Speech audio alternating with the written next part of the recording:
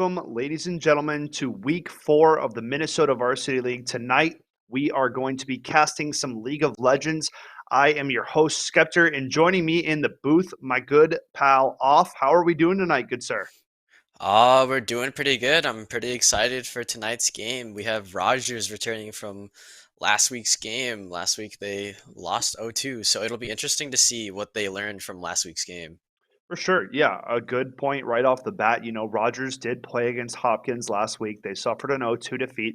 They had some back and forth games. They had a few good moments, but overall, a few things must change after facing down an 0-2 defeat, right? Obviously, things didn't go your way. You got to go back to the drawing board and figure out what to change for the following week. So, kind of exciting to see a redemption opportunity for the likes of Rogers Royals. And now coming in against a tough opponent in Washington Tech. This school is putting up a 2-1 record so far to Rogers 1-2. So, right, a little bit of a difference there. I did a little bit of research into the OPGGs of both of these teams, and it's really similar again rank wise. So I think we're going to have a very contested series of games here. But champion wise, another prio pick in the bot lane. It seems like AD carry. The what is meta is so niche and so like limited at the top that so many of our AD carries in the league so far play very similar champions because Kaisa is one of the most played AD carries for both of these teams. We all know that Obsolete plays a lot of Vayne and Twitch as well, and Rogers liked to play a lot through bot lane last week that we saw off. Yeah, you're right about the Kaisa. I see that both ADCs play her the most, so I feel like it's either going to be a pick from blue side or red side may just absolutely just ban out Kaisa and try to play someone else. Yeah, I mean, blue side. So Rogers has gotten blue side for game number 1 as well. So they will be having first pick of the draft. Very excited to see what they're going to do because throughout the week so far, coming into week 4, we have seen so much priority put into the bot lane, right? Whether it was the Tristana that we saw, these aggressive 80 carries have been a highlight pick after game that we've seen through the Mnvl so far. So I'm looking forward to seeing how these bot laners play. Obsolete definitely struggled last week. They have a different support coming in. So just a bread boy not playing tonight. It is going to be Arma is here instead, playing that support role, I believe, for the squad. So a little bit of a new look, right? So it definitely will feel a bit different. We saw Karma and Lux were the two supports from Rogers last week, but with a new player comes completely different champion pools. We could even see those aggressive supports like we saw in week 1 and 2. The hook supports, such as Nautilus and Blitzcrank, or even the Alistair, or something tanky like a Leona. Like lots of good opportunities and options for these squads. So, I mean, if you're looking for one thing for the side of Rogers to change from last week to this week, off, what would you pick? Why? I think last week, game one, they picked a very unbalanced comp. More mages, less tanks. Put more HP in the front line and have a little bit damage in the back line, but enough to kill the entire team. You know, I forgot to mention this, and I'm going to feel bad saying it now, but Yasuo, the most played champion for the top laner of the Washington side, by far his highest win rate in most games. So not a surprise at all to see it banned out. And Washington immediately targeting Obsolete on the 80 carry bans. Samira, Twitch already gone, and Rogers take out the Kaisa themselves. So now Vayne, the only standing main 80 carry left for Rogers. I'm Obsolete, so we'll see. But I can't say that it's going to be a safe pick because Washington might take it out here with this last ban of theirs right after Rogers. Yone taken out as well. So the thing about banning out Kaisa, Twitch, and Samir is that these players are getting a lesser and lesser champion pool to pick out of from. So it'll be a little bit harder to predict which team plays which character. It'll be interesting to see how these teams flex. And Gwen ban. That's honestly I did see a little surprising. bit of Gwen there on the Rogers side, I believe. Because the whole point of target banning a specific role, right? If you burn 2 bans and then you still leave his Vayne open, I mean, the only thing I can think of is you have a counter pick prepped or the Vayne specifically, right? Like that's got to be it.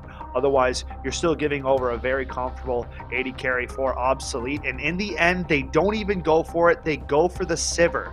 So a switch up and the third 80 carry that we have seen Obsolete play now through this Mnvl regular season. So exciting. We're seeing new things. And this is kind of what we talked about, what we were expecting of.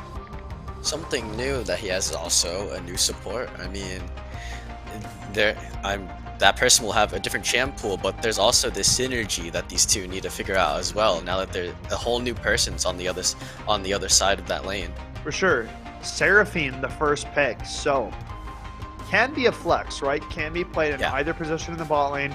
And I mean, very rarely, but could potentially be a mid lane pick. I mean, not super common, but can find its way up there. But almost certainly saying that it's not going to be a Seraphine support as you lock in that Nautilus to follow. So Washington showing a little bit of a flex plus Nautilus. So, you know, I like the aggression.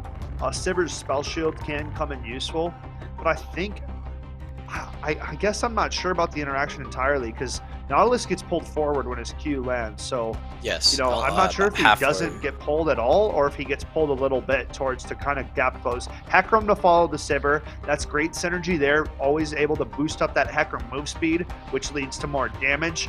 You know, funny, I actually just played a Hecarim game of solo queue before we got into this and we rolled. We just stopped him. Hecarim's one of those champions that if you get that tempo and you get rolling, it feels inescapable, right? He's always going to catch you in the Amumu to come in for the support pick. Dude, things are getting interesting. These are some aggressive teams that we're seeing so far. And a Viego to counter in the jungle, not a bad pick, right? Pretty meta, I would say. Yeah, Viego's really in a pretty good spot, and so is Amumu as well. I mean, his hooks in the bot lane are pretty nice. And this Nautilus, we've seen Nautilus before in a match, and it absolutely just shut down the other team. Back to the bans we go here. So with bot lane shown and jungle shown, you gotta expect mid to top lane bans to come from the side of Washington. Alawi the first, so not a bad one. Another aggressive melee top laner taken away from Blueberry here. Blueberry played the Kennen and the Urgot last week is what we saw out of him, the top laner for Rogers. So gonna see, I mean, they don't have a ton of AP damage. Like, yeah, they have a Mumu, but he's playing support, so he's not gonna have the most aggressive or big damage items, you know? Yeah, I agree. I mean, they kind of need some AP here, otherwise it's gonna be a bunch of armor. So a smart ban. Smart ban. Yeah, I agree. I may deny the AP that they need unless... There's still a few more niche picks that you could opt to, like a Rumble potentially. Other APs would consist of. I mean, you know, Gwen's taken out. That's another primary one that I would say right now that stands out to me. Yeah. I have to go a little bit off meta. We'll have to see Darius ban coming out now from the side of Rogers to close out the ban. So with this next pick, Washington going to have to show a little bit of a solo lane, I think. So you can keep that. I guess Seraphine's playing mid, unless it's Seraphine AD carry, right? But then you need more AD. Yeah. And it's not going to be. Oh, it is. As Xayah gets locked in and signifying that Seraphine will be piloted in the mid lane for Washington. So holding top lane for last, trying to give an edge to their real carry, right? I was looking through the ranks.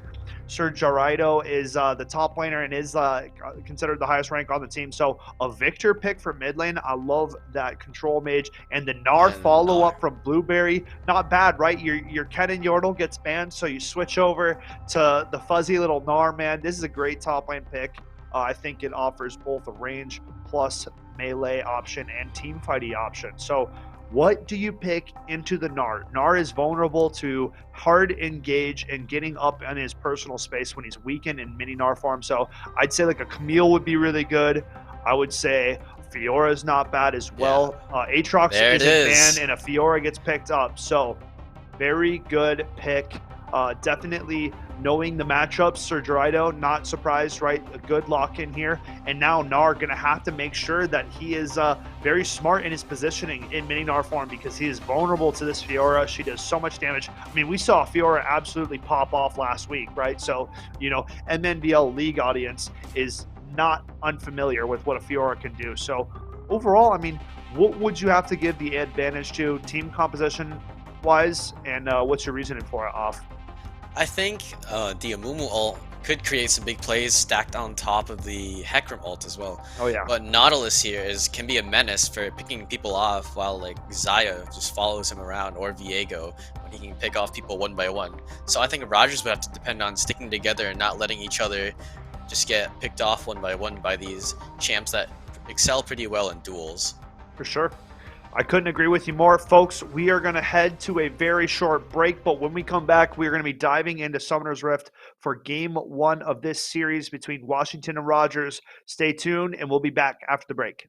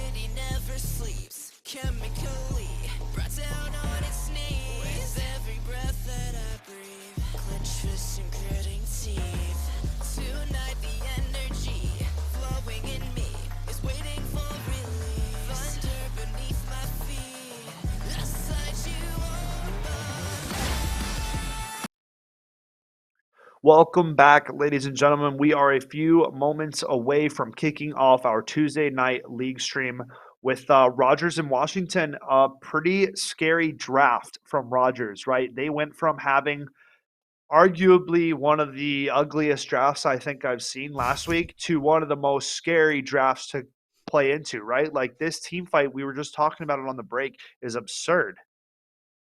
Yeah, I agree. I mean, they have everything going for them. They have so much CC to set up. I mean, look at this. We have Heckram ult there. We have a Mumu ult there. We have Gnar ult there. But Victor, I in mean, order, yeah, so yeah, that much too. synergy. So much In synergy. order for that to work for them, they have to play around themselves and they have to make sure that as a team they stick together and not get picked off one by one. Yep. Yeah, man, they are up against some scary counterparts against them. I mean, Viego, very strong jungler right now. If he gets snowballing, that is frankly a train that does not stop, along with the Fiora. I mean, Nautilus is a great roaming support, very dangerous at isolating targets. If him and Viego team up for some roams, it could cause problems for a Hecarim that normally takes Ghost, right? So might be without Flash, doesn't have that get out of jail free card. So we'll have to see how these two squads play. We're about to get into it. Off, if you had to give me a prediction for game one and which way you would lean, who would it be? I would I think I would lean against Rodgers. I mean, this team fighting potential is really good. We've seen teams that don't really do so well until the end where they set up everything and then they just absolutely decimate in a 5v5 whether they're behind like, I don't know, 15 kills. For sure. Yeah, I mean, if they play their cards right and they get to that middle to late game, right, the team fighting scenarios are golden for the Rogers side. However, on Washington, it's about snowballing an individual. It's about putting some gold in the pockets early and getting ready to kind of get it going, right? So we'll have to look at both things. Washington definitely looking for advantages early on in the game, and Rogers is more okay with going with the flow, getting their levels. Victor, insanely good scaling.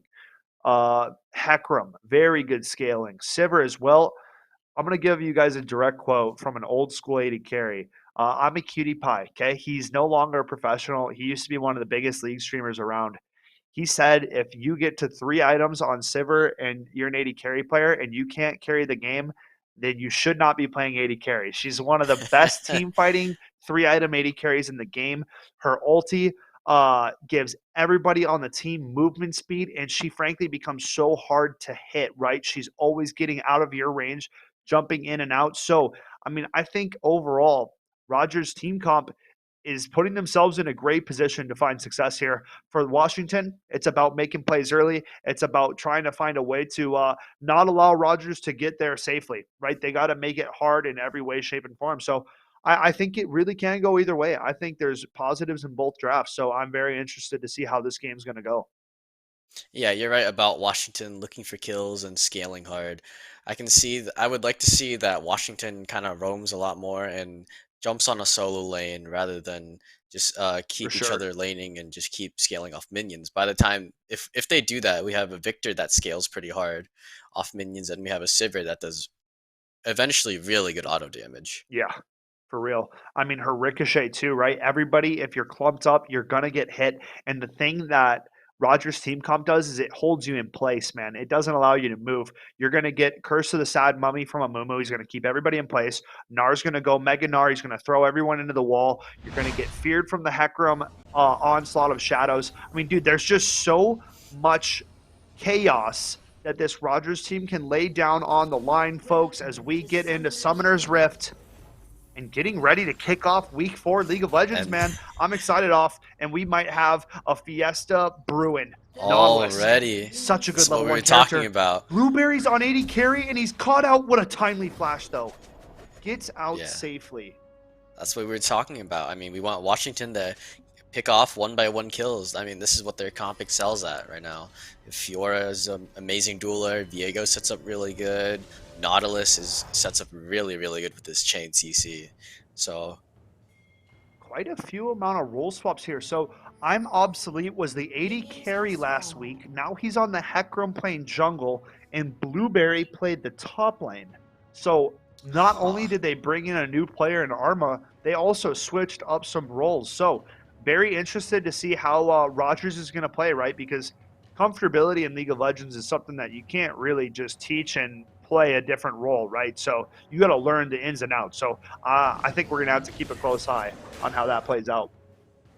Yeah, and Hecarim is a decent. Hecarim and Viego, they're both pretty decent on ganks. I mean, you can go in fast, you can set up a CC, you can, as Hecarim, you can push back the enemy straight into your ally, and as Viego, you can come in, set up a stun, and do a bunch of damage to him. So we'll see how these jungle pathings work out for each of these junglers. Yeah, and as we see early trading going down, Sushi trying to get some autos onto this Fiora, but Fiora playing very forward in this lane. Viego clearing his bottom camps right now. Hecarim is clearing to the bot side, whereas Viego clearing to the top side, and Sushi get hit by that Vital, and you see how much damage Fiora does to this mini Gnar. And it's only level 1. I mean, it's just getting started. This is Yeah, not I a fun mean, matchup. yeah, this is not a fun matchup. You're right. Especially Fiora just absolutely harasses Gnar, and he can just stand there. And if Fiora pushes him back enough, I mean, all that XP that Gnar needs is just going to waste. I mean, look at the CS cap. I mean, right now it doesn't look like that much, but eventually that might get bigger and bigger and bigger. Taking a lot of damage from minions here, and Sushi's about to go Mega. So an opportunity now. Fiora has riposte. So if she times it right, Fiora, the ability to counter the Gnar CC. Vital going to be landed from Surge Ido. Yep. Now Yeah, very those tricky vitals position. are Yeah, very good for trading. trying to play forward. Missing out on a lot of minions right now, Sushi. So this forward pressure really putting it on Sushi. Going to gain some HP for now with that Mega Gnar. Yeah, and I Sitting mean, under tower here for the main. there's already a main part. 2-level difference here, but there's still a lot of minions for Gnar to grab. Looks like Seraphine's just walking back up. I mean, the mid lane's a fairly passive lane right here. I mean, two mages just keep on farming up, try and poke each other with their spells. So there isn't much. And we haven't seen much action from the bot On the lane too, top which is very side, interesting. mid Oh lane's boy. here. This is a tricky spot. Rogers don't really want to fight this. Fiora finds first blood, and I'm obsolete. Walks directly Oh into my. 2. Tries to run away, flashes out, and will survive thanks to the ghost. But man, oh man, that is tricky. Almost costed him 2. So Rogers already starting to make a little bit of questionable plays here off. Yeah, I mean, I don't know if I would have taken that fight, especially since I saw that my Viego was low, but they did chunk that Hecarim pretty good. The bad thing also, though, was that Fiora got first blood, and we saw before what Fiora can do once she gets going. Indeed, we can. A Vampiric Scepter already picked up, and we're about to see this first blood, and Sushi just walking way too far forward, not respecting where Fiora could be. Burns the flash as well, so it's a double whammy for Sushi in the top lane. Gives first blood and loses flash, so vulnerable for the next 5 minutes now without that summoner spell cooldown. And very good start for Washington, man.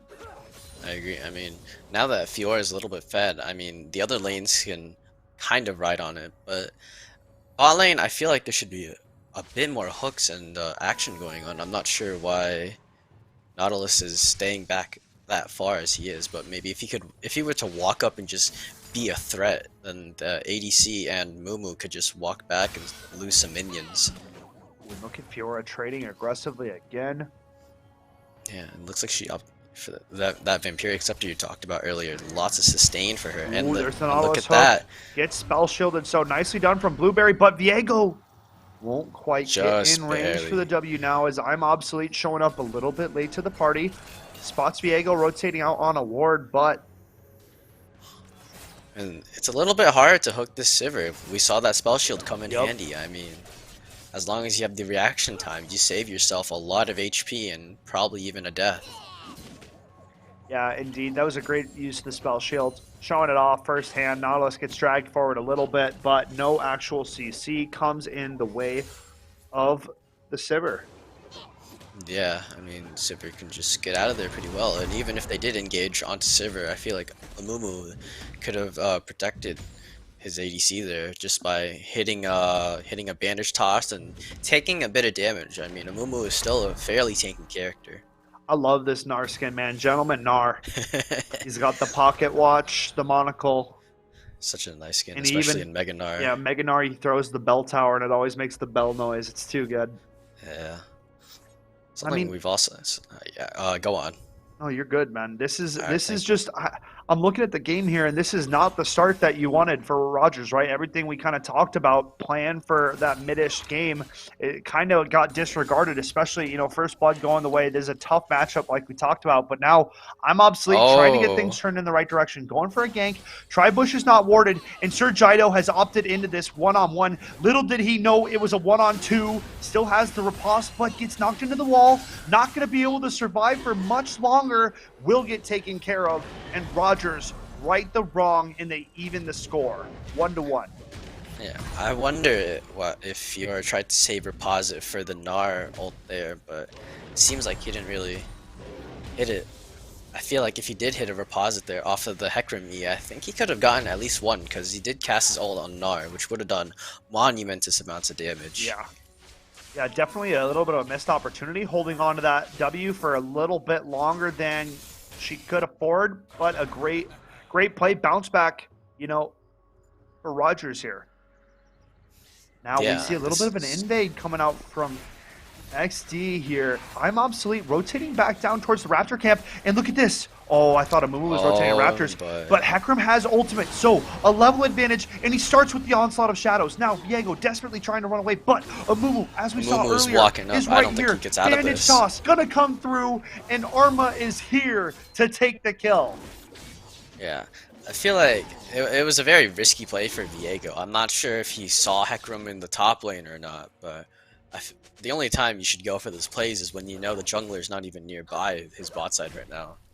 A bit risky of an invade, and he gets punished for it. That's why those mid lane priorities and that knowledge of where that support is are valuable information. Washington getting punished now, and Rogers only down 100 gold and up a kill here. So finding some success. Yeah, I mean earlier they were. Oh, we got Coco another gank from on the roam here. up, the jump out from Gnar. Coco still has the ultimate available, will stun Gnar, and now ultimate gonna and hit. There's that charm. Chain CC will flash out to safety, so luckily Sushi close enough to the tower. He'll survive for now, but Sir Jido's pushing in this lane and is threatening a potential dive. Hecarim now having to rotate up to cover the Gnar. Yeah, and They're looking for Seraphine though. Could we have a collapse here? A fight in the bottom side or top side river? Oh boy. Hecarim's going forward. Victor's here to follow up. A great stun, stasis, the Chaos Storm onto Viego, and he's surely going to drop. No HP left, going to go down. Hecarim is massive, level 7, and Victor up to level 8. So great play from the Victor, but now Sir Jido joins the party a little bit late. A 1v2 commences, and Sir Jido, are you sure this is a fight you want to take? Dashes out to mid, and now an opportunity to push up in top lane. So very good plays coming through in sequences of events for the side of Rogers. Yeah, and now Rice Krispie gets one for Washington. Oh, yeah, it looks like they pushed it really far. But look at that, finally coming alive in that bot lane. We were talking about how aggressive Nautilus can be. We were talking about wanting to see the Xayah pick, and they set up a kill onto Blueberry in the bot lane. So down 100 gold as the gold lead transcends back over to the Rogers side. Yeah, and we saw that Washington not too long ago was up 1,000 gold and a bit of CS, but now thing about Viego though is that he hasn't gotten anything out of these ganks yet, and he's at 48 CS. This could prove a little bit worrying later, especially since Hecarim has 2 kills on him. Here we have it in the bot lane. Xayah just waiting. Oh, gets rooted from Sivir. The flash hook comes out, and what a play from Omnipresence. The follow-up from Rice Krispie, and you step a little bit too far forward, you get a little bit careless with your footwork, and you're gonna get punished, especially in the bot lane when you're dealing with the depths of Nautilus, man. Come on now. Yeah, I mean, that was a really good play on Nautilus. He hit that hook, he flashed in. What's going on here? Boy. I'm obsolete is spotted out on a dragon. Seraphine could be fighting and chipping him, but it's just giving this one over. And I mean, that's a freebie. That's a free dragon, but that's also a free kill there. I mean, Sivir and Amumu can't really do much here right now. They could have engaged on the Nautilus, but Zai probably would have walked up and then ulted. I think I would have liked Coco Boko to just be attacking the Hecarim because the HP bar was so low. There's a world where you kill Hecarim before the dragon is even slain. So a little bit of a question mark from my end. But look at Oh, that, the the late misspell spell shield. shield. Now Amuma using the ulti a little bit Oh late. my They get rooted up goodness. by the Xayah. The damage pumping back out on the Nautilus. Xayah goes up top with the ultimate. Blueberry left in a 1-on-3. The dredge line comes through, and Omnipotent stays alive. This Washington bot lane is beyond And they activated. have a Herald to put down as well. Rice So this Crispy, man. 3-0. You called it with the Rift Herald. This could very well be first turret going over, but now Hecarim on the flank. Onslaught of Shadows onto Omnipotence. One will drop. The tower dropping lower and lower. He re-engages onto Rice Krispie. Tower is gone. Rice Krispie's HP bar is going to drop as well. And I'm obsolete in the 1v3. He's going to find all three. Wow, that is very good for Hector. Big man, Yeah. and look at, dude, highlight that item. He's got the fully upgraded Chemtech Chain Sword, I think, and that provides anti-healing out the wazoo. I mean, no chance of survival as Onslaught of Shadows hits all three players. Granted, first tower was found in the gold lead. Still, chance for Sir Gido to drop. Nar has the bell tower again. He dashes back in. He's going to get sent into the wall. Sir Gido not respecting the Gnar. Yeah, he may be behind, but we just saw this Gnar do a bunch of damage. Let's watch this back. That's what we're talking about. So the first two hit, Nautilus surely going to drop insta.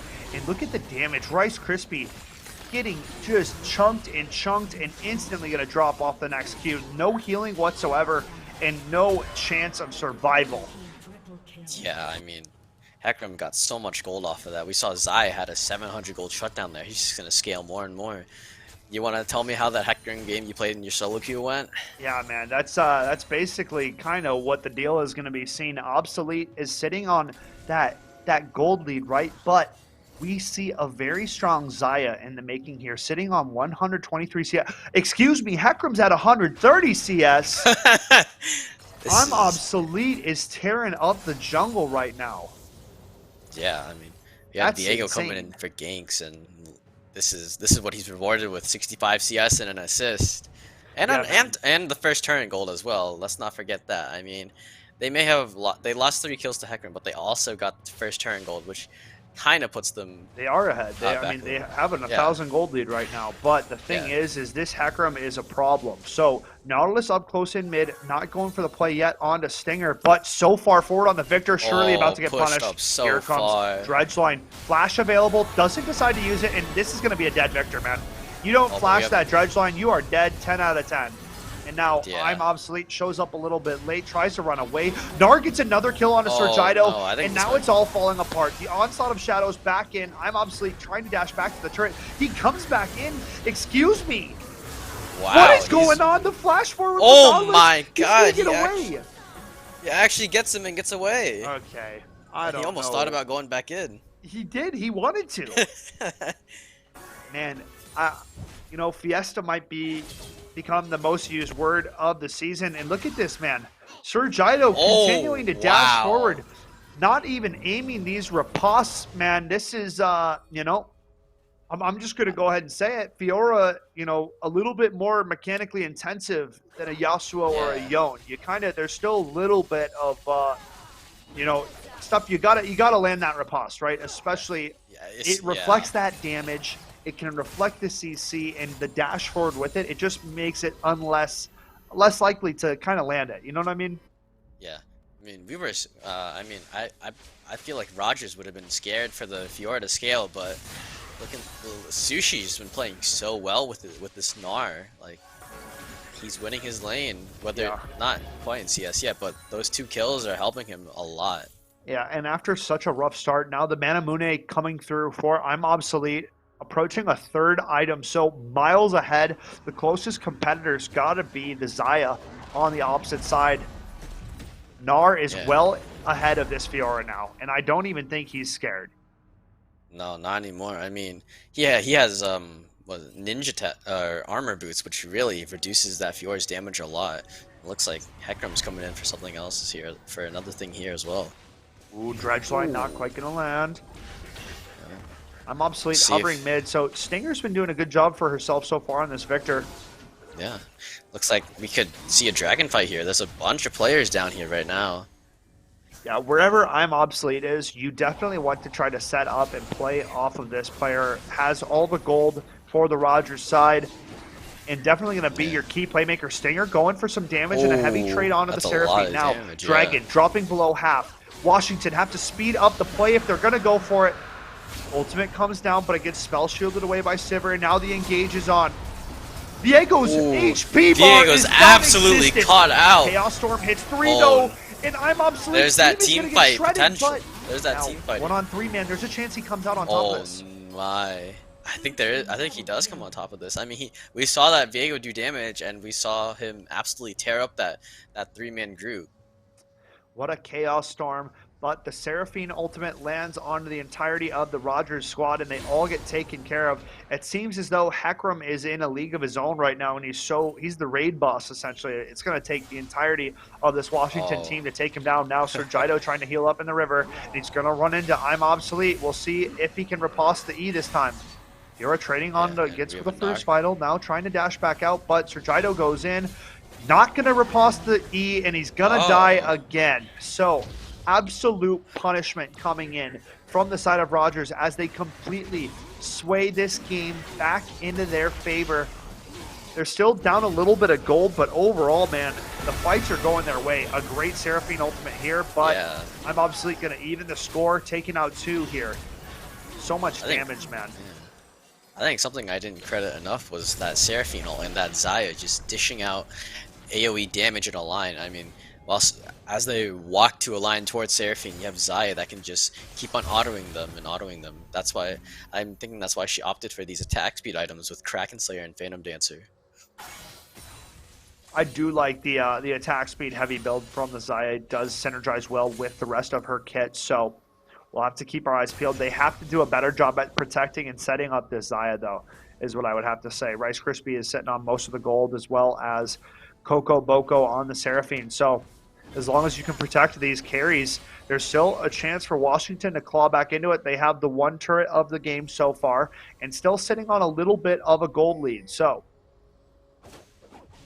are working this T1 tower, though, trying to even the score, and he might do so here. Yeah, I mean, this tournament money will help him a lot, and he's already going pretty even with Fiora right now. 2-2, 2-4. I mean, the CS is getting closer and closer each time, but they don't see the entire team that's waiting here right now. They see the Viego, but they don't see the 2 other members waiting there. Yeah, waiting like they rush side. Now this Rogers squad trying to get some river control again, walking back into mid. Gonna go aggressive on the Coco Boko as they are spotted out alone, but Sivir gets hooked. The ultimates to follow. The curse of the sad money gets stunned up, and now going back in is the Heckram. Amumu trying to get some aggro. Narbar almost filled up, but Washington escaped to tower, and they are safe for now, only dropping 1 member, but the push won't stop. Herald coming down, and this first tower is going to break before it is even needed for the charge, so a heavy hit about to come out next. Yeah, I mean, this tower is going to drop, man. Yeah, this tower is definitely going to drop, and they could maybe push it even towards Inhib tower. I mean, right now Washington don't have really much pressure to push in. And another charge coming through. Big damage. This inhibitor turret will take or respawn its HP over time if they can avoid some damage. So now it is up to Rogers to continue gaining more and more map control, taking away vision from the opposition and setting themselves up for a Baron Nashor. Yeah, and I don't know if you saw, but that Heckram was doing, I think, about 400 damage per Q on that Xayah. Dude, look at what he just finished. Duskblade of Raptor. So very scary on the Heckram, man. You thought Halloween season was over. This pony is a nightmare. Man, he's about to be going invisible after he gets a kill now, too. So, I mean, very interested to see how this one's going to play out. Heckram's engages are going to just chunk people to half HP. And with the Chaos Storm plus their team fight follow-up, I think Rogers is just going to be able to sail to victory as long as they can find this Baron and play off of it accordingly. Yeah, and this is what we were talking about. I mean, they're playing together pretty well. They just stick with each other, play off each other. I mean, Hecarim goes in and out, just weaving in those cues. Mumu hit that three-man ult, which set them up really nice as well. I mean, yeah, here we have it. Setting themselves up, thinking about Dragon. Infernal Drake up in 20 seconds here. Third of the game, putting them one off of Soul. Yeah, I So, mean, and this Infernal Soul would be very beneficial for Hecarim right now. I mean, his one-shotting potential is already fairly high. yeah. We might be able to see it here while Fiora is there. Setting up for the Dragon now. Getting it going. Blueberry is here with Obsolete, and this Dragon getting chunked lower and lower. Yeah. Mega Gnar Well, found. looks like they're pushing the fight this time. Aggressive. Washington leading the charge. Christmas had money to follow up. Now, Hecarim's jumping in. Gnar looking for a Mega Gnar. Big ultimate lands 3 into the wall, and now the fighting going the way of Washington. They had him trapped in the back of the Dragon Pit, and they come out huge. Here's the thing: Fiora absolutely picked out Hecarim at the first like stages of the fight. We saw right before the ults and right before that Gnar ult, Hecarim was dead, which he is mainly their damage dealer. And Fiora copped that shutdown. Now I think she got 2 kills in that fight, and now she could come back here and do a lot more damage. As they also get a 22-minute Baron in this fight here. Look at this engage. Curse of the Sad Mummy. Sorry. Look at that. The stun, the riposte lands onto Hecarim. He gets CC'd. Look at the Mega Gnar from Sushi. So nice. Trying to save it, but it does not matter. There was already too much damage done, and they turned the fight regardless. So, big play. Sushi trying to save it, like we said, but man, oh man. Rice Krispie and Sir Jido coming through now. Baron buff power play on the side of Washington. They can come in and play Thief in the Night and rob game 1 right underneath Rogers. Excuse me. My goodness. Yes. Up 4 towers now, or 3 towers now for the side of Rogers, right? That's pretty crazy. Yeah. But Washington with Baron are very likely going to even the score. And also, Rogers did get the Dragon there, so they are setting up for a soul point in what looks to be a Hex Tech Soul, actually, instead of an Infernal Soul. Oh, you're right. That's my bad. Yeah, I swear it showed Infernal Dragon. It does show Infernal. Okay. I was gonna say my eyes deceive me. That's what we're getting. It's alright though. Definitely alright. The thing that's not alright is Rogers' current state of affairs. Baron buff power play coming down mid lane. T1 turret gonna drop. Rogers, how do you respond? You can't. I mean, you could have a Mumu come in and hit him ult, but it'd be really hard. I mean, they got 3-man ulted once, and they know what a Mumu can do. They're sticking back. But looks like running in, not gonna find the angle. Fiora now starting to work this split push as Washington getting pushed off for now. So not getting the most out of the Baron push so far. Yeah, but I think right now they can play safe, do what they want. Maybe they just don't want to capitalize as Baron. Maybe they just want to deny as much pressure as they can from Rogers. We have Sir Jido trading back forward again, and now look at that damage back onto the Gnar. Gnar goes Mega though, goes forward, and this time the parry will land, and look at the difference. Yeah, that's what happens when you hit a parry. Night and day. Yeah. Instantly dead, Gnar. Instantly dead. Tower gone. Baron buff power play activated. Washington making the right moves. Viego's pushing bottom, so all 3 lanes getting worked right now. Yeah, it looks like Fiora isn't really getting contested right now. We'll see how this fight went. I mean like you said, it looked like Fiora was gonna lose this fight, and then it all went down there. Absolutely just shatters with the Gnar. Yep. Now takes another tower as well. No. Now pushing forward. Gonna get taken out for this. Yeah. Giving the Victor that shutdown. So that's not a champ you want to give a shutdown to. Victor can become a very big problem. Now, as Muramana finally completed for I'm Obsolete, this Hecarim is in a strengthened position where, frankly, won't get much more ahead of the rest of the pack. Sitting almost at 13,000 gold earned. Ridiculously powerful is this pony. Yeah, I think now is a prime time to keep those picks going. I mean, you gotta stay ahead while everyone's behind. Otherwise, people are gonna come to your level and then just finally have equal fights. For sure. As we get ready for Soul Point, rolling into the map here, 40 seconds away. Rogers are on the verge of getting that thing locked up. I mean, Washington trying to play spoiler, so setting up early are the Rogers Royals, and now rotating on in. Serge Arido and the rest of the Washington squad. Victor's going topside, has teleport, so going to be able to rotate in if they need to. And looks like, unlike the first Dragon fight, Washington are finally initiating these fights and going in before Dragon dies. Like you said, during that first Dragon fight, Hecarim could have died there, and I think they learned their lesson. Now they're really initiating these fights more. That is some frightening damage landed from the Hecarim. One chip on the Fiora.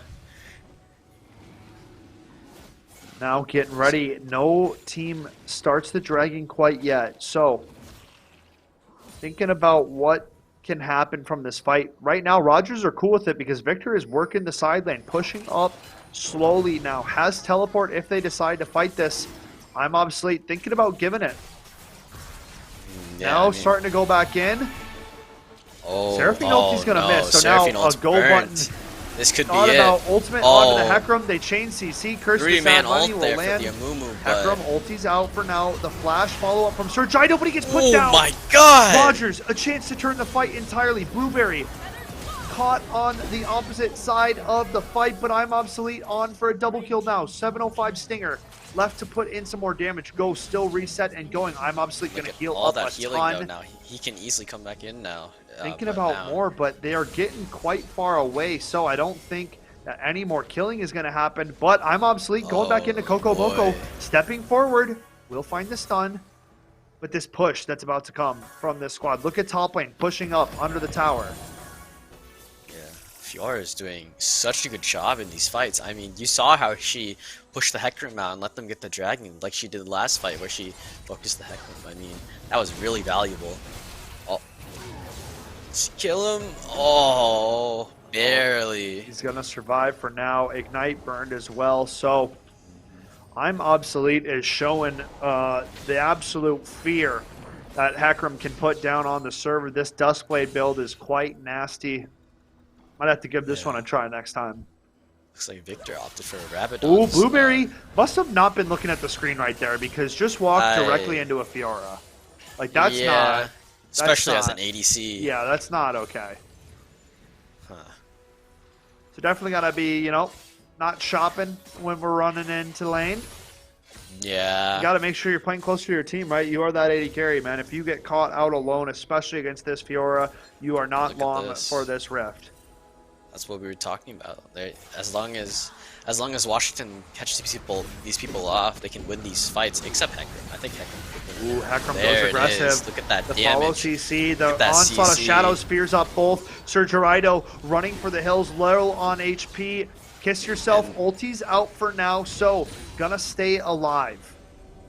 I'm obviously running forward again. Seraphine's Coco Doko. A little bit too close. You're not allowed to sit there, Seraphine. Are you serious? Yeah, Uh-oh. He didn't see him. What? Oh, he's going for Viego. Oh. He's going for more. Oh, for My goodness. Now rotating back. Now we'll come back and take out the Nautilus. Rogers off the back of this unstoppable beast of a Hecarim pushing forward and trying to claim this Baron, trying to right their wrong from earlier in the game as we get ready. Over 30 minutes into this one, and we've had quite some long games for these games so far. What we've seen is that they get more and more powerful, but eventually these early game dominators that we saw, like Hecarim and or just Hecarim and Xayah, they're eventually going to fall off as everyone also gets to their level. We've seen that before. It might happen again. For sure. You know, we're at a point now where Rogers with the Baron, if they play their cards right, I said it earlier, but if they play their cards right and they fight off the back of good CC and good ultimate play, they should not have a problem closing out again here. Like their team fight is is in such a better state than what the side of Washington have. They have Um, the damage. they have The to one-shot the Heckram if they're going to be able to win this game for the side of Yeah. Washington.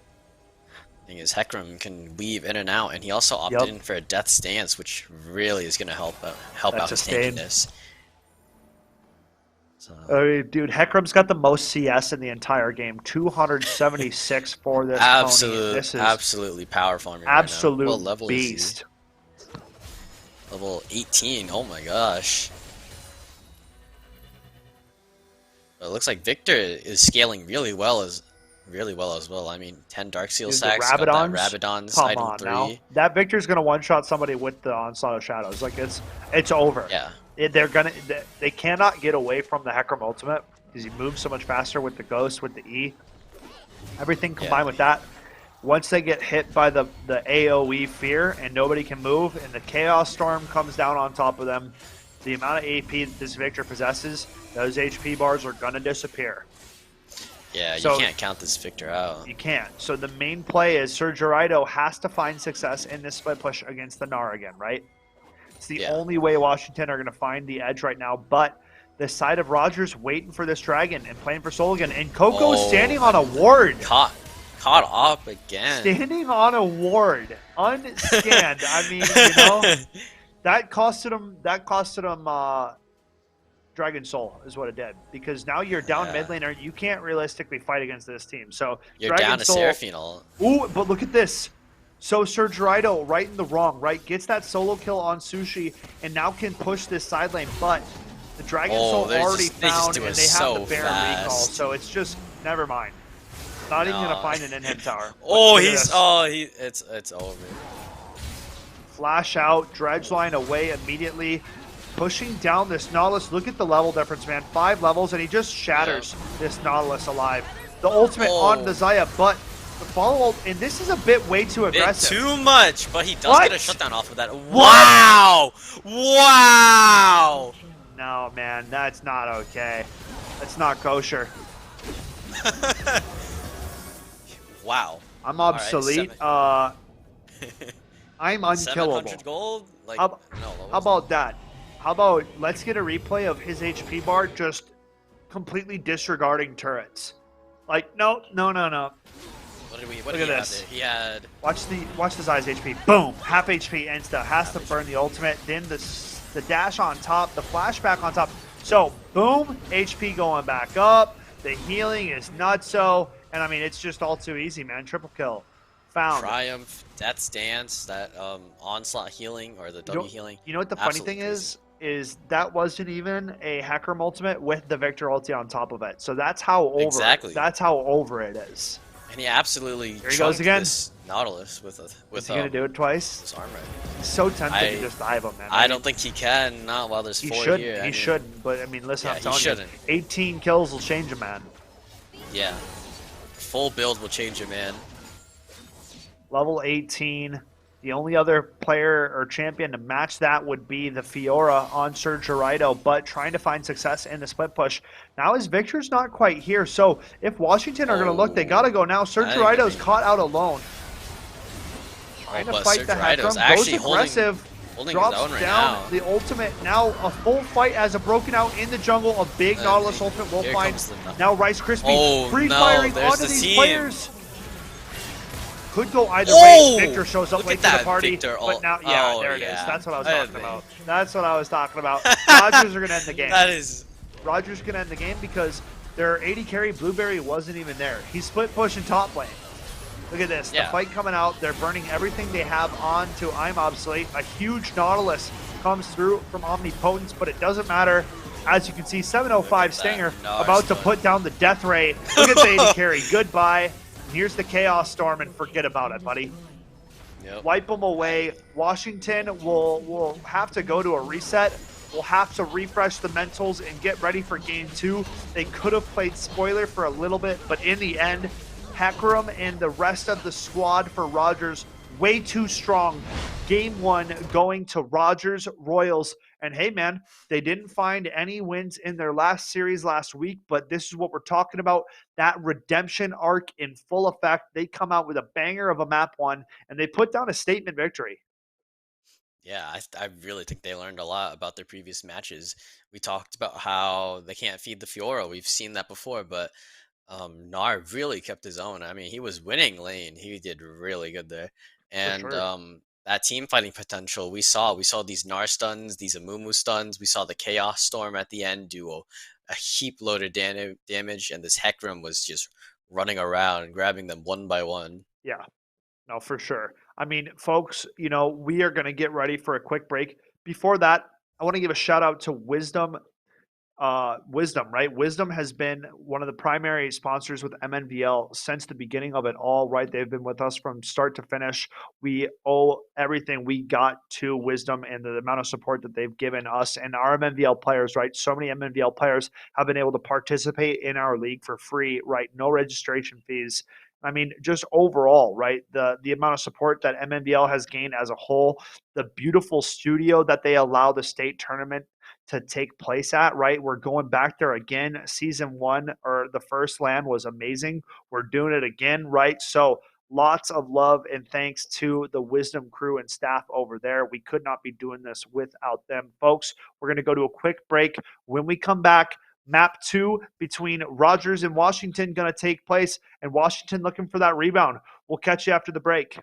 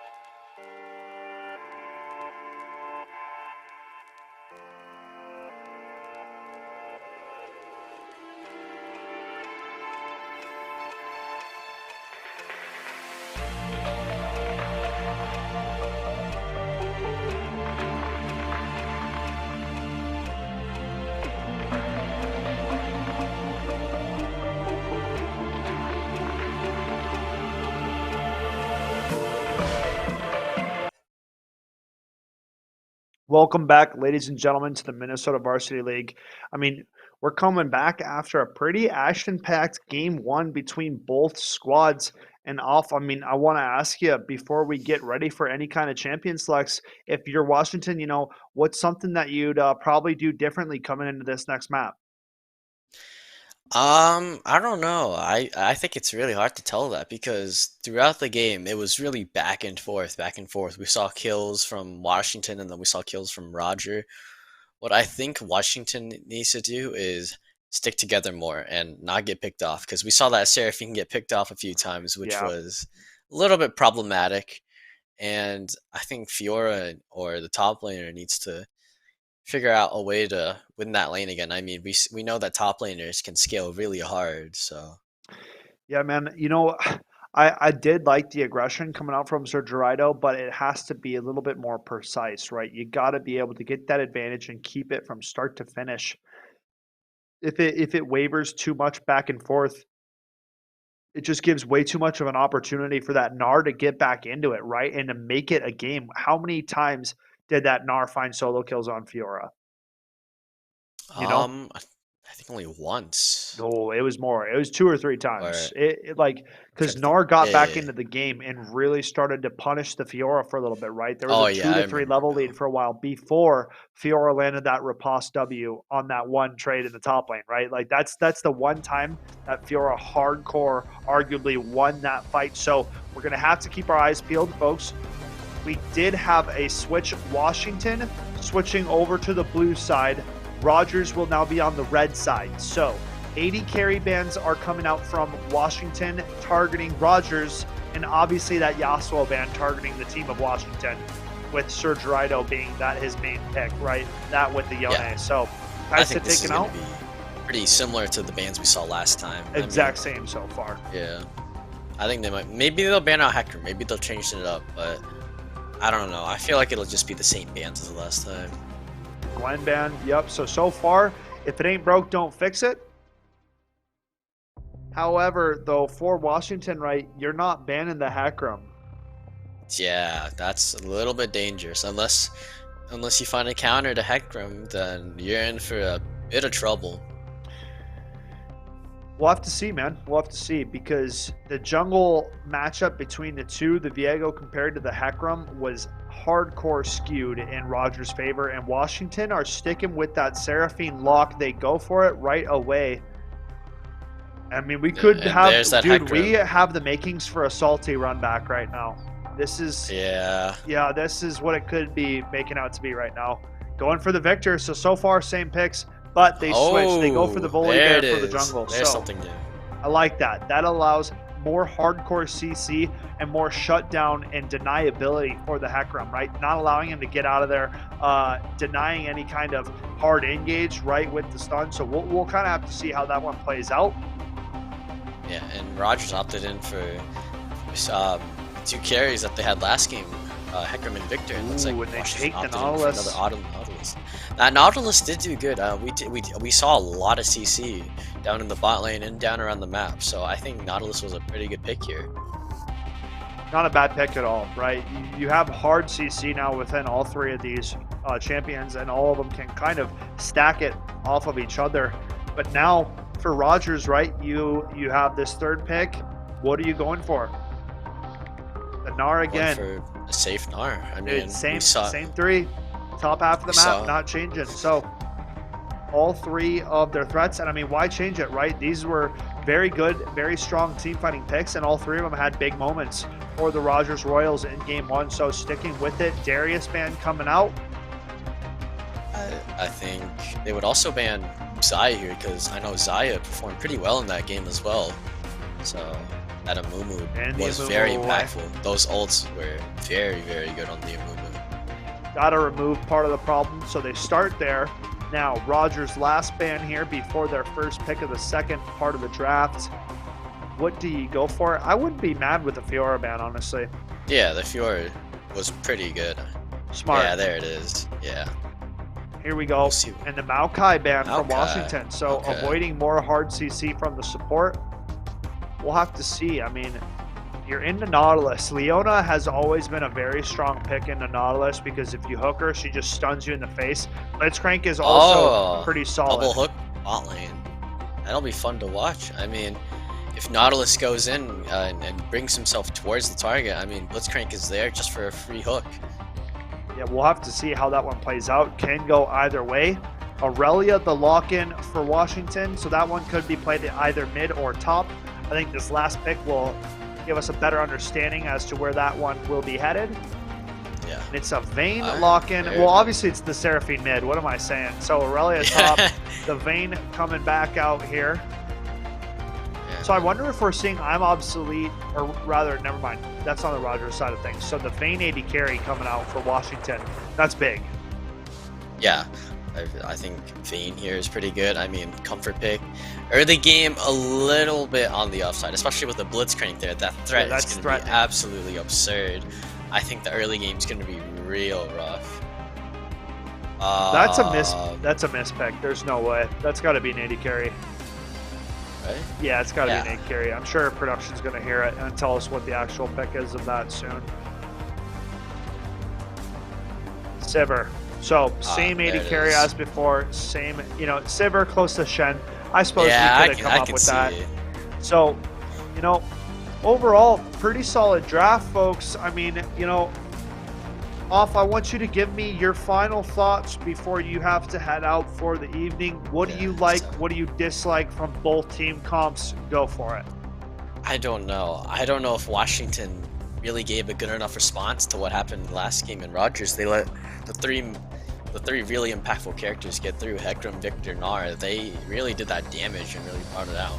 And Blitzcrank can also create a problem here when he can create these 1v1s or even like these 4v1s where he gets one over a wall and then the entire team's there just waiting. They have to like either burn a flash, Volley might have to burn out an ult. But Washington can scale. Volibear here is really powerful. He can go pretty tanky, or he can go damage and a little bit tanky. Nautilus here can, well, he will go tank, but last time it wasn't enough. We saw that Hecarim do that damage on top of that Locket, Thorn Mail, the armor boots, and Vayne. As long as Vayne has the kiting, the tumbles, protection, I think she will greatly go off on these kind of tanky people. I mean, so Hecarim can build tanky and stuff. The key thing that I'm taking away from that is you said originally that Washington didn't change it enough and they did not adapt to what Rogers showed in game one. Do you think that that amount of success that Rogers had in game one is going to spill over and take over game two? I don't think so. It doesn't. Their comp, it looks a little bit different, and like, yeah, it may not look like they switched a lot, but I think the play style, they've really adapted to how this Hecarim plays and how this Victor plays, and maybe they can play a bit farther back. Maybe they can, again, target this Hecarim like last time. There's a lot of CC here that can shut down this Hecarim. It doesn't matter if you do like 1,000,000 damage. If you can't move, you can't move. True. Well, We are going to have to find out after the break, folks. Going to get ready for these teams to duke it out one more time on Summoner's Rift as we get ready for map 2. But before that, I got to say bye to my fellow co-caster as he is becoming a driver. Guys, he's got to get that behind the wheel training done. You know how it goes. I Yep. respect it, and I wish you the best of luck, good sir. So we'll Thank you. come back after the break. Any final words for the broadcast tonight? If I'm not here next week, you know what happened. Oh, jeez. That's a dark note to end it on. No, That's no, no. obviously not going to be the case, man. You're going to No, be it's you're going to be not. driving a car like you pilot a Scion ulti, all right? Just keep it straight, keep it down the Easy. middle, make Yeah. sure you're in the lane right, all that kind of Yeah, yeah, stuff. yeah. I'm sure your instructor will be great. But folks, we'll come back after a short break and get ready for game 2.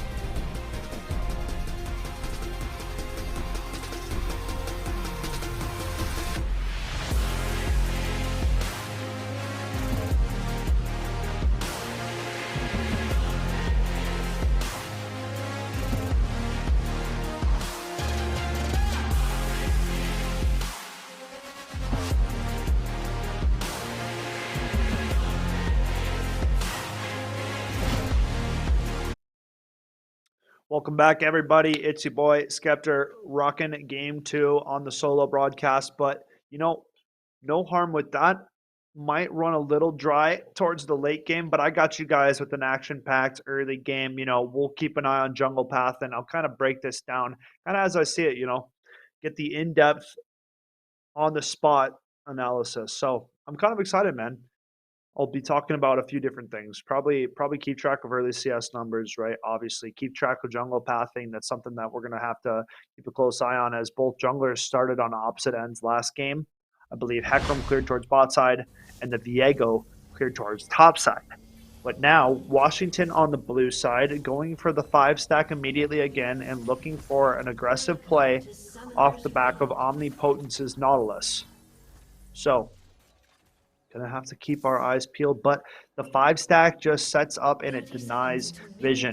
So setting up like this, I think Washington might have been expecting Rogers to invade themselves with the Blitzcrank, but not happening. And now moving forward and looking to catch out a player. They might have someone at the ready. The hook is in. Gonna have to flash out, but it's not gonna happen, as an entire CC chain will land. Nicely played for Washington, and it's a first blood over to Sir Geraido's Aurelia. And that, my friends, is going to cause problems in this matchup against Sushi, okay? Getting the recall off, getting up to lane phase with that extra longsword plus health pot, you just saw it purchased there at the bottom of your screen, means that extra damage, man, and in the long run, that could pay a major benefit to the side of Washington Tech. So we'll have to watch out and see where that takes this matchup. It was Sir Geraido last game getting first blood as well. So back-to-back games of this series, it is Sir Geraido to pick up the first blood. Granted, it was off the back of a great hook from Omnipotence and follow-up CC from Coco Boko. And now the flash dredge line is in, going aggressive again on the Blueberry, and he has to flash out himself. Wow, Washington are coming out a little bit ticked off and showing that they are not here to play around, and they are here to dominate Summoner's Rift. Blueberry getting caught out twice now already, having to burn flash. So gonna have to be very cautious of his positioning. Playing forward quite forward. I mean, Arma has to play up with him, right? If your AD carry is playing forward in the lane and the support's sitting on back, there's not really much the AD carry can do. Now Sushi getting traded onto aggressively from Aurelia. Full stacks are up, and Sushi not having a good time on that trade. No surprise. Aurelia is such a dangerous early game character. The ability to dash in between the minion wave and close the gap between you and them, or her rather, quickly, is just not many champions can deal with that accordingly. Rice Krispie, a bit of a DC here.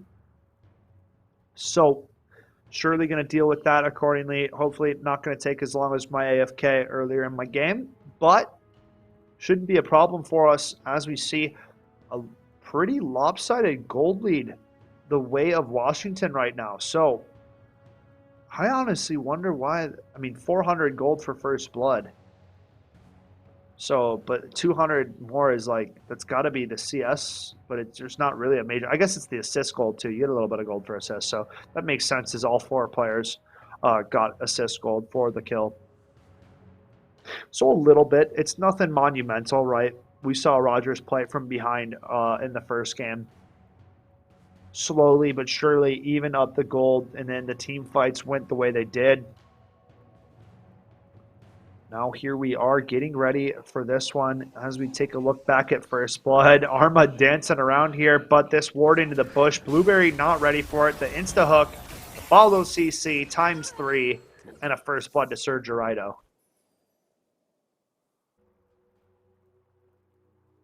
Now just waiting out the pause timer. You know, I'm interested about how this one will play out. So granted, that first blood can definitely sway top side of the map, but overall there's not a lot that really did change from the team fight perspective. The second play, walking alone, right? Not pathing with your support, and this is exactly what you're going to get. Lucky Vayne didn't have condemn, otherwise that could have led to a even lower Sever. and a recall potentially. But Flash down now. So a very vulnerable Sivir here in the early stages of things. A summoner has reconnected. Rice Krispie reconnecting. Thank you, good sir.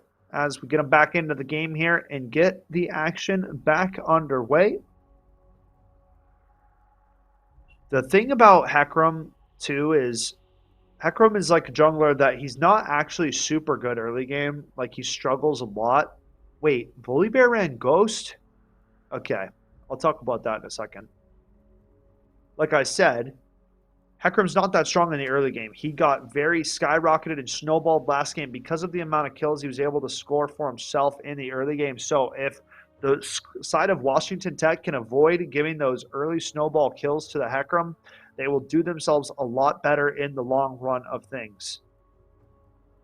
And as for Volibear, sounds good. As for Volibear running the Ghost, you know, that's a champion that really relies on the Flash to be his last second distance closer, because he kind of just runs at you, and it's just most AD carries have a dash ability or have a way to get out of harm's way before you can really get on top of them. So I think personally I would have liked to see the Flash coming out from XD, but we'll have to see, you know, how he utilizes that Ghost, you know, trying to equal, I guess, that move speed that Hecarim's going for.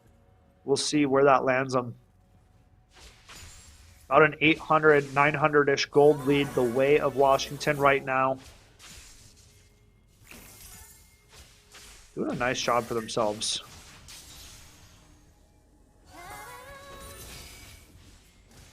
Seraphine trying to push in the wave.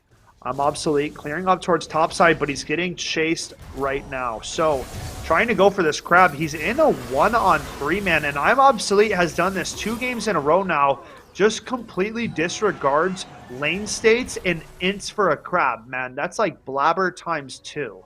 I just, you know, you're just actually giving a death for free. That's, got to think about it a little bit more than that, my guy. 2-1 lead now, and this Hecarim is nowhere near the start that he had last game. Down Ghost, down assist gold heavily towards the Volibear. And it's not going to be the same game and level of production that this Hecarim's going to have already, based on this early decision making. Volibear now down at bottom. Kiss yourself, trying to get into a better position than he was last game on the Viego. Doesn't go for a gank. No flash on the Sivir. Was on a ward, so maybe don't actually get on top of him. But Nautilus could always hit a hook. You never really know. Now Hecarim positioned towards top side, but Surgerido is positioned underneath his tower, so out of harm's way. Hecarim spotted on a ward, and now it's Washington just farming up nicely. They have the Vayne scaling heavily towards the late game. Hecarim helping the Gnar push in up here in top lane, trying to have this wave bounce on back here. But Surgerido just going to farm up, and now Kiss Yourself going for the engage on bottom. The spell shield early, and this Sivir is a sitting duck, gonna go down. They give the kill over to Vayne, and Washington up 3-1. Now in a position to threaten the dragon. I'm Obsolete, not power farming either. Kind of trying to force these ganks now as Coco Boko back near the tower. Nobody near, and I'm Obsolete just gonna have to go into the minion wave. So lots of showing and not really gaining much. Volibear trying to take this Gromp, and now Obsolete's rotating back down. So, Kiss Yourself position gonna be known. Blitzcrank caught out in his own jungle. The follow-up CC is here. The flash out, but it's too little too late. It's Washington making it a 4-1 game, and it is Rogers falling apart at the seams. Great work, great rotations, and great play off the back of one another coming out from this Washington squad. As they move into the jungle, they take away the Gromp, they take away the support again. Now Arma goes down. Blueberry's already got 2 now. And a 2,000 gold lead built up here for Washington. Sushi trying to trade aggressively as Coco dings the level 6 mark. So ultimate available now for the Seraphine, and this Gnar slow pushing this wave in top lane. Has to kind of force this shove now as Aurelia hits level 6, trading aggressively on a Gnar. If this stun lands, it won't for now. Gnar flashes away, but gets stunned up and taken care of. And Sergio Rido flashes after the tower's already on him, man. Some of the things I'm seeing tonight are just making me want to laugh. It's all fun, though. I mean, good play, right? Great solo kill comes through. Sergio Rido in the end, after eating that first tower shot, you got to flash out of the tower range instantaneously if you want to survive. Granted, if this stun would have hit, it would have been a kill before Gnar got under tower. So great ultimate comes through for Sergio Rido, eats the first tower shot, and he's got a flash before that second one registers. Thought about it for a little bit too long, and in the end, Sushi gets the trade kill. So, not the end of the world. Rogers down a bit of gold. Volibear looking for a gank, but Seraphine still not even in mid lane yet. Holding on to teleport, decides to use it now. So interesting state of action as we reach the 7-minute mark between these two squads. Blueberry trying to clear out this wave, thinning it out with the Sivir wave clear. Vayne with the CS lead is a bit concerning though, as Vayne can kind of scale and turn into a bit more of a problem than Sivir can. Like, if Vayne gets fed in, she's 101 right now with the CS lead. With this Nautilus too, I mean, I think this Rogers bot lane is in trouble. Top lane is also in trouble. Serge Rido is going crazy on this Aurelia so far. Talk about a CS lead. 66 to 27 right now. Putting up numbers.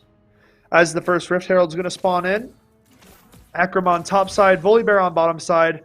And Rogers going to take some time to ward up Tribush. So if Volibear tries to walk back through this, he will be spotted. He dings level 6, so might be thinking about a gank now, but this Rogers bot lane should get a heads up that he's coming this way. Sivir has flash, so they should be able to get out safely, but the hook not quite going to land. So immediate run back. So Volibear should have an idea that they know his location.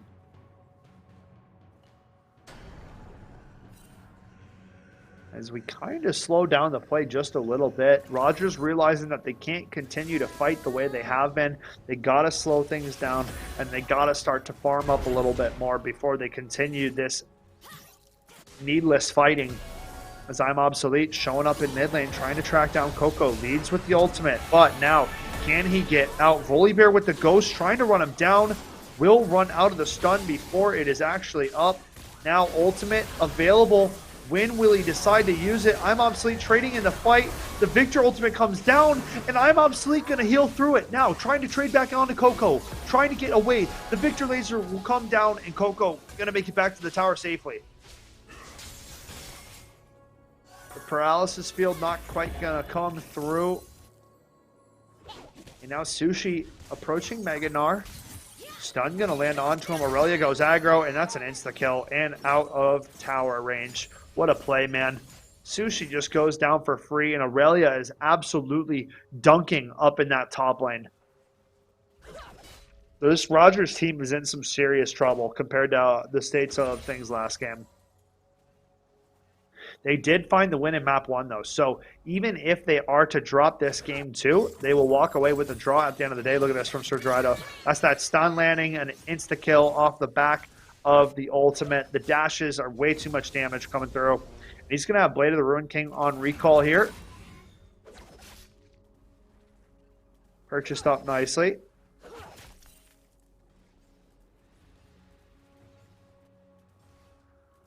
Arma now up close, doesn't go for any aggressive hooks, so playing very passive. I don't know if I've seen many Blitzcrank hooks be tossed out so far. Okay with just letting this Vayne farm up, and we'll see where that gets them in the long run. But as of right now, Vayne with the XP lead, with the CS lead, all around damage and everything. So, gonna be a problem. Sushi approaching Mega Gnar again, but right now Aurelia, oh, nice Blitzcrank hook as we talked about it. Sivir goes for an aggressive trade. Nautilus the follow trade. Now Vayne goes aggro, and Sivir goes down off the back of it. The stun on the Blitzcrank. Arma trying to get out of harm's way, but the shots come through, and he's forced to flash out. And that's why the hooks haven't been coming, because right now Washington are just way stronger in the bot lane. Bot W coming out, and now getting ready for Dragon on the side of Washington. and really showing dominance through map number 2 here. Sushi trying to run away, but look at the damage from Aurelia. Mega Gnar's up. I'm Obsolete showing up late to the party, but still can make a play. Has flash available for Surge Rido. Instead, just going to dash out to the minions. Now I'm Obsolete under the tower. Aurelia could shift the tides here. Dashes back in early. Doesn't have ultimate available, but it's a stun on both, and he's going to come out in the 1v2. Oh my goodness. Surge Rido with the play of the series, without a doubt, man. Goes back in a little early. Didn't even have the ultimate available to make the play happen. But the key but lands this stun onto both. Beautiful dashes to get out. Onslaught of Shadows fears him under tower, but look at this stun here. Bing, bing, hits them both, and then dashes back in for the double kill as we have some fighting in the bot lane. Killing spree already found for Rice Krispie. Now, can you find the Vayne? The true damage ringing out, but it's not true enough. Sitting on a 5,000 gold lead, and Washington are feeling good for themselves in game number 2. If you are cheering for Washington Tech, you got to be feeling good so far. And the dive, Nautilus going to sacrifice his life, but Rice Krispie going to go on a rampage and get another one. Can he get out of dodge, though? A shutdown on top of this Vayne will burn the flash out, but Ghost burned as well. I'm Obsolete doesn't have the ultimate, so I think Vayne's going to live for free here. Should not try to dive it. I'm Obsolete going to opt for going into the jungle, and now Sushi is 1-4. Aurelia is killing him on sight in this lane. This Gnar is completely forfeited the top half of the map.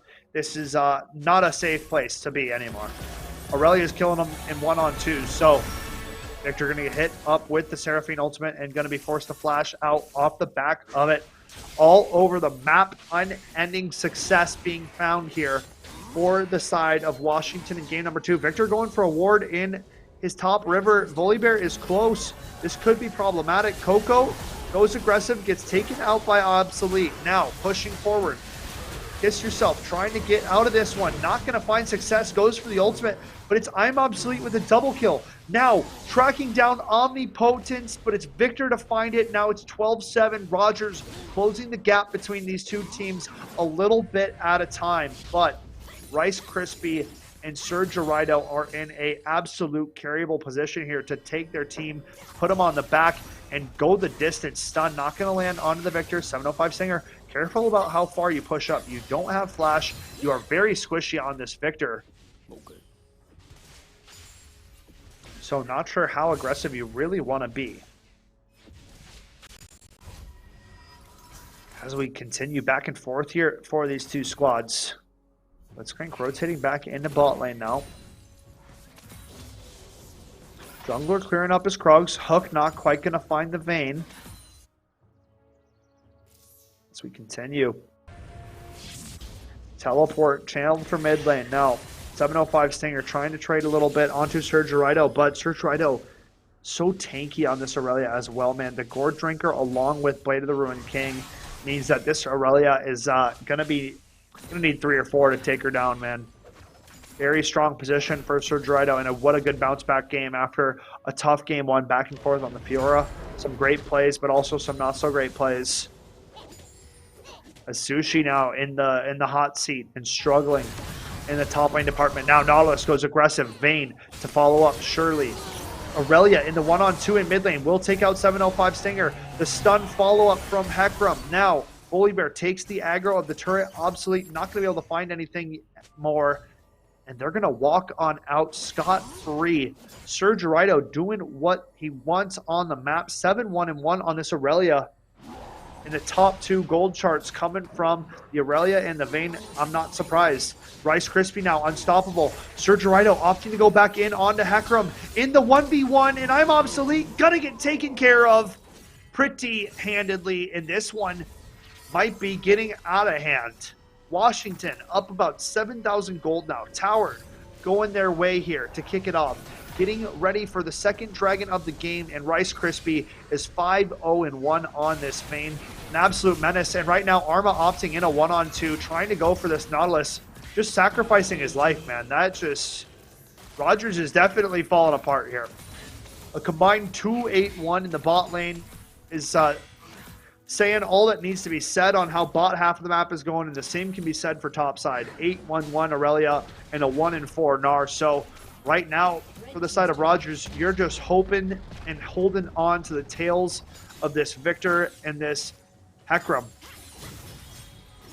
Aurelia, though, look at this, man, just shatters this Victor apart. No HP, already needs to reset again. Otherwise, Aurelia's just going to dive him. Mid tower going to go over now. Washington going to set up for this next dragon. Such a commanding lead and a pace of play being set by this Washington squad. Got upset a little bit, I'd say, in map 1. Rogers did a great job for themselves. They picked a great comp, and they really did outplay their opposition. But now here in game number 2 of this one, it has completely lopsided its way into Washington's hands. Now look at Surgerito on the flank. Blueberry insta flashes away. Now tracking them down. Surgerito not going to commit for more and going to be okay with taking the dragon as a consolation prize.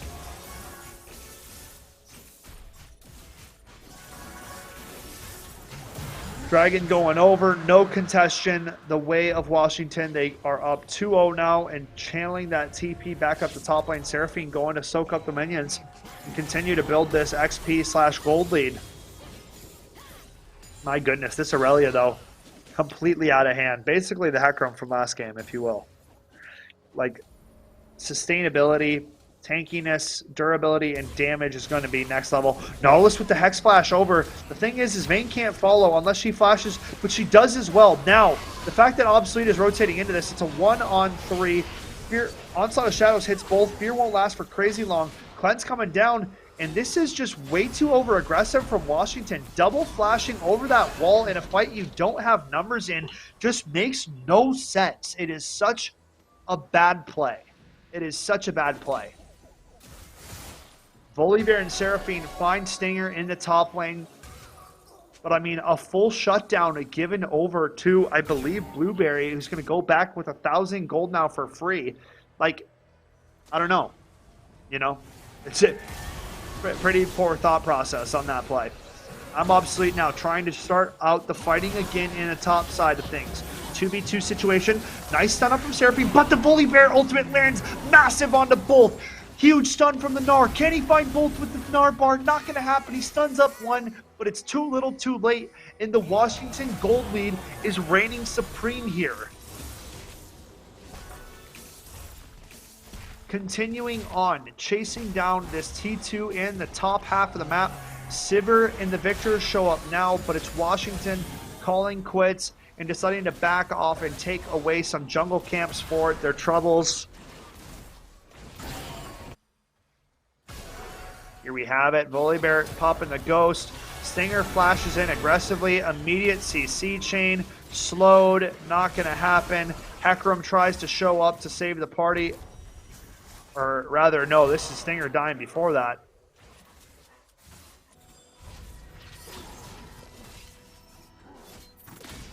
So, I mean, 19-9. Almost a full 10,000 gold lead here. Surgerito not going to be able to find that stun max range onto Hecarim. And now Rogers trying to find a way to get back into this one. Believed setting themselves up for Baron right now. At least vision and control of the top river.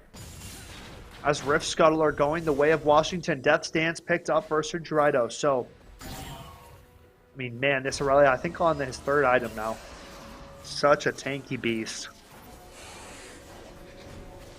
Yeah, scary build there. As we go back and forth, man. But really, Rogers only finding big plays off the back of mistakes I'm seeing from the Washington side. They're at a significant deficit to the point of Washington almost need to mess up in order to Rogers, you know, to find this kind of success.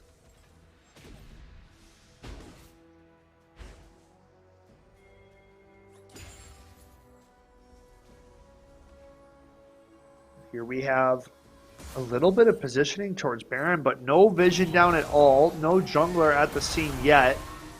Washington trying to figure out for themselves what their next move is as I'm Obsolete pushing into the jungle. Gonna run into the blast cone here and get himself out for now. Just doing a little bit of jungle spotting. Omnipotent's gonna see 2 now. Vayne trying to rotate and pick up mid. And Rice Krispie might be getting dove in mid, doesn't decide to commit. Aurelia will get stunned up, but it does not matter. Takes care of the Victor quite handedly, and now looking to clear out these minions as the remainder of the Rogers squad are rotating down to try to deal with Aurelia. Ekram dashing on in, goes first, will get stunned, and now how much damage can Aurelia pump out? The Onslaught of Shadows away, and I don't even know if they can fight her anymore. Good dodge on the the hook.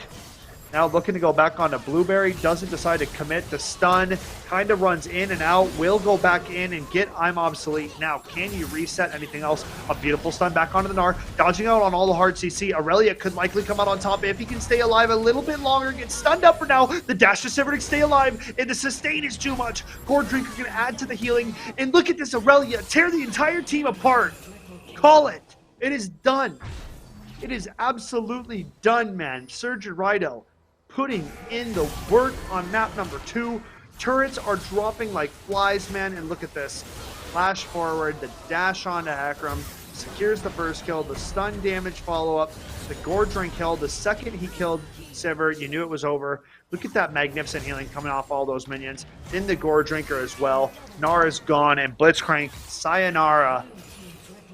1v4, Aurelia comes out on top, and now Rogers are left tail tucked, running back for the fountain as their inhibitor turrets are dropping, and we're only 22 minutes into this game, man. It goes back to that poor decision-making on the crab contestant from I'm Obsolete. It goes back to Gnar dropping early. I mean, that first blood given over to Aurelia, too. It's a complete game changer, man. So, Rogers showed good signs of success in that game 1. But now third Dragon, Soul Point going over to Washington. Guardian Angel now for Aurelia, getting ready for her 5th and final item. And man, oh man, absolute domination. 120 left on this Baron power play. Trying to get a chance to get these inhibitors down would be the next goal.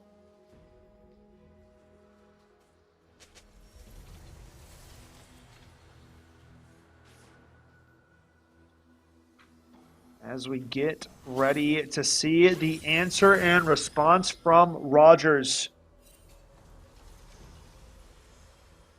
Not in the best position, frankly. This is looking more and more like a Washington W and a draw on the series to close out Week 4 League of Legends action.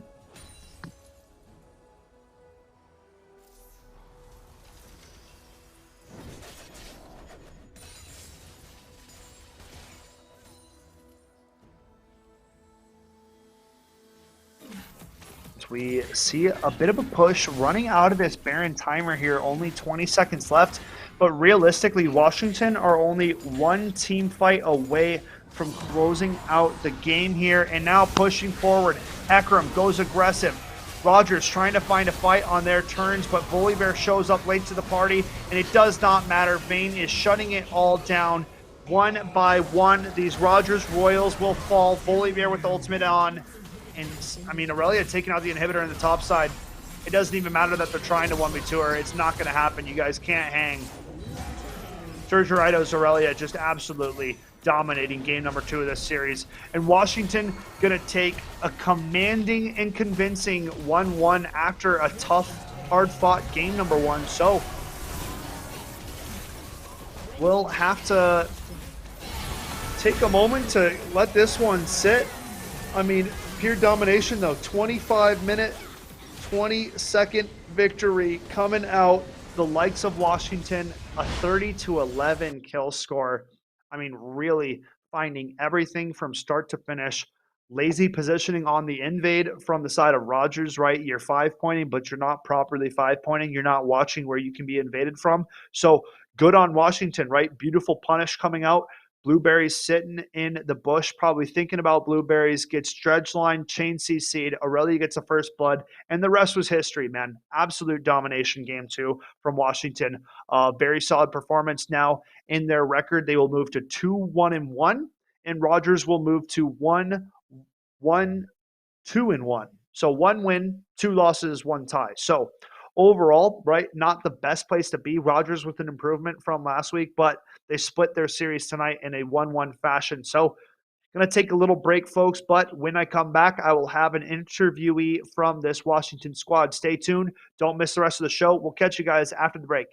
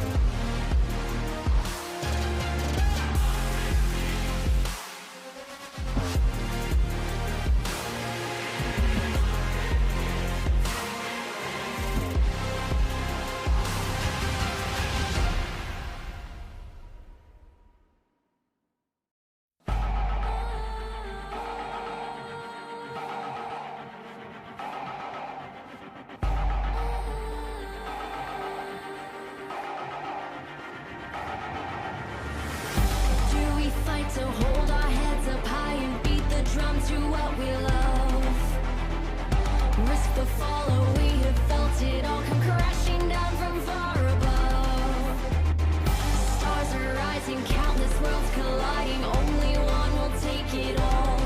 Can we bring to fall the giants? Can we make the final call? We are the ones to ignite the darkened skies. The champions of the world that we defy. A soul ray of the few who rise up high. And we all fight at the last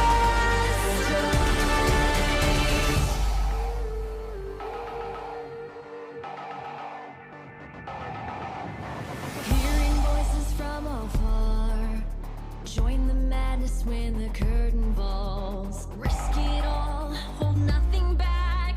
Seize the day, we must attack. Stars are rising, countless worlds colliding. Only one will take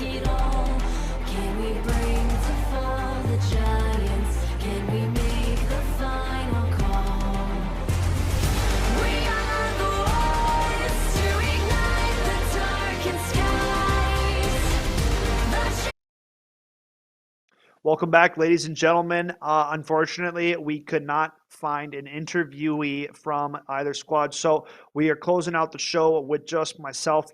Another very successful night of League of Legends. I think there was lots of entertaining plays throughout both games. Granted, game one much closer than game two, but a learning point from Rogers, right? And I'll say it right now so everyone knows. 5 pointing men, you need to have line of sight on the entrances, otherwise you can get punished.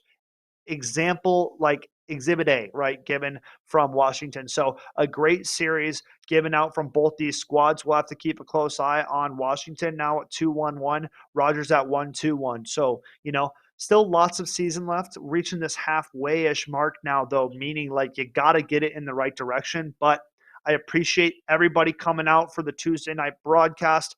I will close it out for Off as well. We appreciate him doing these broadcasts with me. Another quick shout out to Wisdom Gaming. There we go. Wisdom Gaming, primary sponsor of our Tuesday night League of Legends streams, guys.